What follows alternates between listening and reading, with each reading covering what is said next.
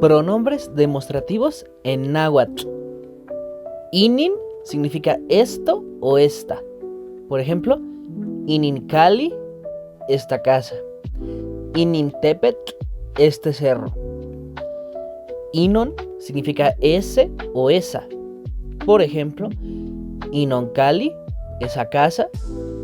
Inontepet, ese cerro. Neca significa aquel o aquello. Necacali, aquella casa. Necatepet, aquel cerro. Nepa significa allá. Nepa y Pancali, allá en la casa. Nepa y Pantepet, allá en el cerro. Y por último, in es el artículo para referirse al objeto u sujeto directo. Sirve para plurales masculino y femenino. Incali, la casa. Intepet, el cerro.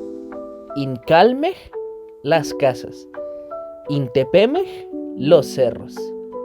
Sígueme para aprender idiomas.